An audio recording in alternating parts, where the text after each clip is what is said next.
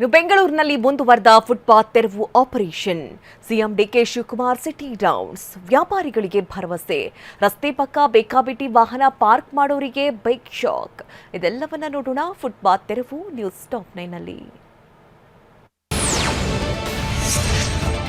ಬೆಂಗಳೂರಿನಲ್ಲಿ ಪಾದಾಚಾರಿ ಮಾರ್ಗ ಕಬ್ಜಾ ಮಾಡಿಕೊಂಡು ಮೆರೀತಾ ಇದ್ದವರಿಗೆ ಜಿಬಿಎ ಶಾಕ್ ನೀಡಿದೆ. ಫುಟ್ಪಾತ್ ನುಂಗಣ್ಣರ ವಿರುದ್ಧ ಆರಂಭವಾಗಿರುವ ಕಾರ್ಯಾಚರಣೆಗೆ ತೀವ್ರ ವಿರೋಧದ ನಡುವೆನೂ ನಗರದಲ್ಲಿ ಜೆಸಿಬಿಗಳು ಗರ್ಜಿಸ್ತಾ ಇವೆ. 5 ನಗರ ಪಾಲಿಕೆಗಳ ವ್ಯಾಪ್ತಿಯಲ್ಲಿ 500 ಕಿಲೋಮೀಟರ್ ಫುಟ್ಪಾತ್ ಒತ್ತುವರಿ ತೆರವು ಆಪರೇಷನ್ ಪೂರ್ಣಗೊಂಡಿದೆ. 10ನೇ ದಿನವೂ ಪಾದಾಚಾರಿ ಮಾರ್ಗ ಒತ್ತುವರಿ ತೆರವು ಮುಗಿದಿದ್ದು ಇವತ್ತು ಬೆಂಗಳೂರಿನಲ್ಲಿ ಜೆಸಿಬಿಗಳು ಕಾರ್ಯಾಚರಣೆ ನಡೆಸಲಿವೆ.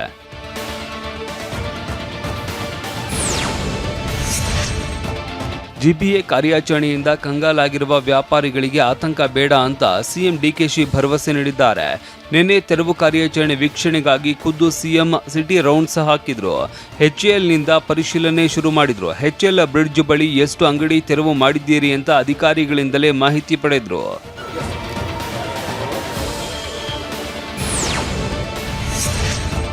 ಎಚ್ಎಸ್ಆರ್ ಲೇಔಟ್ನಲ್ಲೂ ಸಿಎಂ ಒತ್ತುವರಿ ತೆರವು ಕಾರ್ಯ ವೀಕ್ಷಿಸಿದ್ರು. ಫುಟ್ಪಾತ್ನಲ್ಲಿ ತೆರವು ಮಾಡಿದ್ದ ಅಂಗಡಿಗಳ ಅವಶೇಷಗಳನ್ನು ಕಂಡು ಅಧಿಕಾರಿಗಳನ್ನ ತರಾಟೆಗೆ ತೆಗೆದುಕೊಂಡ್ರು.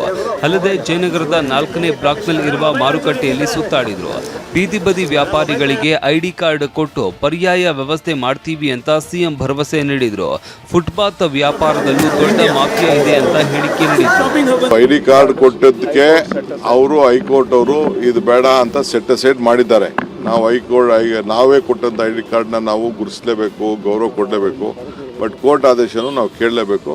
ತಿರ್ಗಿ ಅವರೆಲ್ಲರೂ ಕೂಡ ಹೊಸದಾಗೆ ಪರಿಶೀಲನೆ ಮಾಡಿಬಿಟ್ಟು ಆ ಕಾರ್ಡ್ ಅವ್ರಿಗೂ ಕರೆದು ಮಾತಾಡಿ ಹೊಸ ಕಾರ್ಡ್ನ ಕಾರ್ಪೊರೇಷನ್ 5 ಕಾರ್ಪೊರೇಷನ್ ಇದೆಯಲ್ಲ ಕೊಡ್ತಾರೆ. ದೊಡ್ಡ ಮಾಫಿಯಾ ಇದೆ ಇಲ್ಲಿ. ತಂದು ಕೆಲವರು ಇವರು ರೌಡಿಗಳು ಅವ್ರ ಹತ್ರ ದುಡ್ಡಿಸ್ಕೊಳ್ಳೋದು, ಬಿಡೋದು, ಮಾಡೋದು, ಒಂದೊಂದು ಏರಿಯಾಗೆ ಹಂಚ್ಕೊಳ್ಳೋದು, ಆ ಥರ ಎಲ್ಲ ನಡೆದಿದೆ. ಬೆಂಗಳೂರಿನ ಪಶ್ಚಿಮ ಪಾಲಿಕೆ ವ್ಯಾಪ್ತಿಯ ಬಸವೇಶ್ವರ ನಗರದಲ್ಲಿ ಪಾದಾಚಾರಿ ಮಾರ್ಗ ಒತ್ತುವರಿ ತೆರವು ಕಾರ್ಯ ನಡೆಯಿತು. ಶಾರದಾ ಕಾಲೋನಿ ಮುಖ್ಯ ರಸ್ತೆ ಬಸ್ ನಿಲ್ದಾಣದ ಬಳಿ ತೆರವು ಮಾಡಲಾಯಿತು. ಸ್ಥಳೀಯ ಅಧಿಕಾರಿಗಳು, ಪೊಲೀಸರು ಹಾಜರಿದ್ದರು. ಜೆಸಿಬಿ ಹಾಗೂ ಕ್ರೇನ್ ಮೂಲಕ ನಂದಿನಿ ಪಾರ್ಲರ್ ಮತ್ತು ಚಪ್ಪಲಿ ಅಂಗಡಿಗಳನ್ನು ಜಿಬಿಎ ಸಿಬ್ಬಂದಿ ತೆರವು ಮಾಡಿದ್ರು.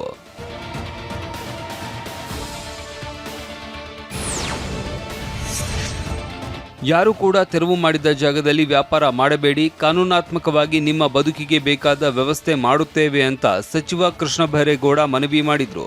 ತೆರವು ಮಾಡಿದ ಕಡೆ ವಾಪಸ್ ಬರುವಂತದ್ದು ಆಗಬಾರ್ದು ಅಂತ ನಾನು ಅವರಲ್ಲೂ ರಿಕ್ವೆಸ್ಟ್ ಮಾಡಿದ್ದೇನೆ. ನಮ್ಮ ಅಧಿಕಾರಿಗಳಲ್ಲೂ ನಾನು ಎನ್ಫೋರ್ಸ್ ಮಾಡಬೇಕಾಗತ್ತೆ. ಅಂಥದ್ದು ಎಲ್ಲಾದರೂ ಆದರೆ ಸ್ವಲ್ಪ ಎನ್ಫೋರ್ಸ್ಮೆಂಟ್ ಮಾಡ್ತೇವೆ.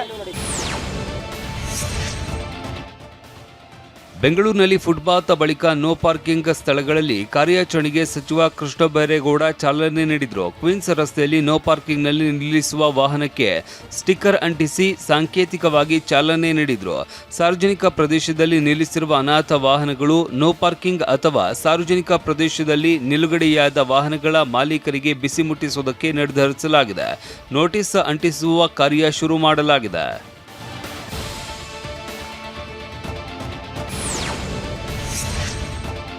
ಕೇವಲ ಬೆಂಗಳೂರು ಅಷ್ಟೇ ಅಲ್ಲ, ಸುಪ್ರೀಂ ಕೋರ್ಟ್ ಸೂಚನೆಯಂತೆ ಮೈಸೂರು, ಮಂಗಳೂರಿನಲ್ಲೂ ಫುಟ್ಪಾತ್ ಒತ್ತುವರಿ ತೆರವು ಕಾರ್ಯ ನಡೀತಾ ಇದೆ.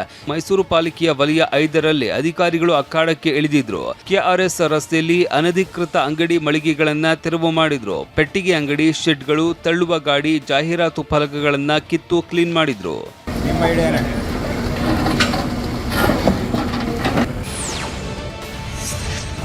ಮಂಗಳೂರಿನಲ್ಲಿ ತೀವ್ರ ವಿರೋಧ ವ್ಯಕ್ತವಾಗ್ತಾ ಇದೆ. ಬೀದಿ ಬದಿ ವ್ಯಾಪಾರಿಗಳ ತೆರವು ಖಂಡಿಸಿ ಮಹಾನಗರ ಪಾಲಿಕೆಯ ಕಚೇರಿ ಮುಂದೆ ಪ್ರತಿಭಟನೆ ನಡೀತಾ ಇದೆ. ಫುಟ್ಪಾತ್ ತೆರವು ಖಂಡಿಸಿ ಸಿಐಟಿಯು ಧರಣಿ ನೇತೃತ್ವದಲ್ಲಿ ಕಚೇರಿಗೆ ಮುತ್ತಿಗೆ ಹಾಕಿದ್ರು. ಆಡಳಿತಾಧಿಕಾರಿ ಕೊಠಡಿ ಮುಂದೆ ಧಿಕ್ಕಾರ ಕೂಗಿದ್ರು. ಜಿಲ್ಲಾಧಿಕಾರಿಗಳು ಬರಬೇಕು ಅಂತ ಆಗ್ರಹಿಸಿದ್ರು. ಒಂದು ಮಾತಾಡಲಿಕ್ಕೆ ರೆಡಿ ಇಲ್ಲ. ಅವರ ಕಾಲ ಬಡಕ್ಕೆ ನಾವು ಬಂದಿದ್ದೇವೆ. ನೋಡಿ, ಬಡಪಾಯಿಗಳು, ಹೆಣ್ಮಕ್ಕಳು, ಬಡಪಾಯಿಗಳೆಲ್ಲ ಇದ್ದಾರೆ. ಸುಪ್ರೀಂ ಕೋರ್ಟ್ ಸೂಚನೆ ಅಡಿಯಲ್ಲಿ ಬೆಂಗಳೂರಿನಲ್ಲಿ ಜಿಬಿಎ ಆಪರೇಷನ್ ಫುಟ್ಪಾತ್ ಕೈಗೊಂಡಿದೆ. ಇದಕ್ಕೆ ಬಿಜೆಪಿ ಸಂಸದ ಲೇಹರ್ ಸಿಂಗ್ ಕೂಡ ಮೆಚ್ಚುಗೆ ವ್ಯಕ್ತಪಡಿಸಿದ್ದಾರೆ. ಕರವೇ ಸಂಘಟನೆ ಕೂಡ ಸರ್ಕಾರದ ಕ್ರಮಕ್ಕೆ ಮೆಚ್ಚುಗೆ ವ್ಯಕ್ತಪಡಿಸಿದೆ. ಪಾದಾಚಾರಿಗಳ ಸುರಕ್ಷತೆ ದೃಷ್ಟಿಯಿಂದ ಫುಟ್ಪಾತ್ ಅತಿಕ್ರಮ ತೆರವು ಕಾರ್ಯಾಚರಣೆಗೆ ಕರವೇ ಬೆಂಬಲ ಇದೆ ಅಂತ ಕರವೇ ನಾರಾಯಣಗೌಡ ಪೋಸ್ಟ್ ಹಾಕಿದ್ದಾರೆ.